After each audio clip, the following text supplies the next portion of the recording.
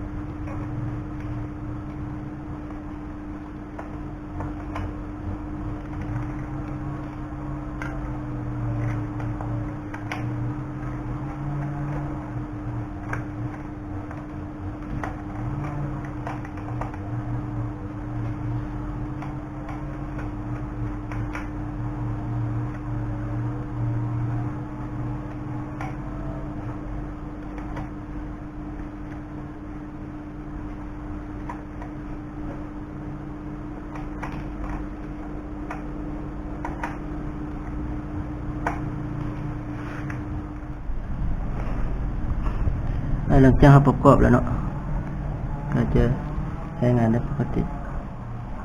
เอาไปลองกับน้ำเนาะเพราะฉะนั้นหม้อจะไหม้ร้อนเกิน มาลองมาแล้วใช้ได้แล้วเนาะความร้อนใช้ปกติภาคควบคุมไฟสำหรับไทยแอดกับบุเพเนาะเข้าเมี่ยงเฉยๆเพื่อความเค็มกับน้ำกับเหล็กนี่จะพูดคือกันเนาะ เค็มจะกัด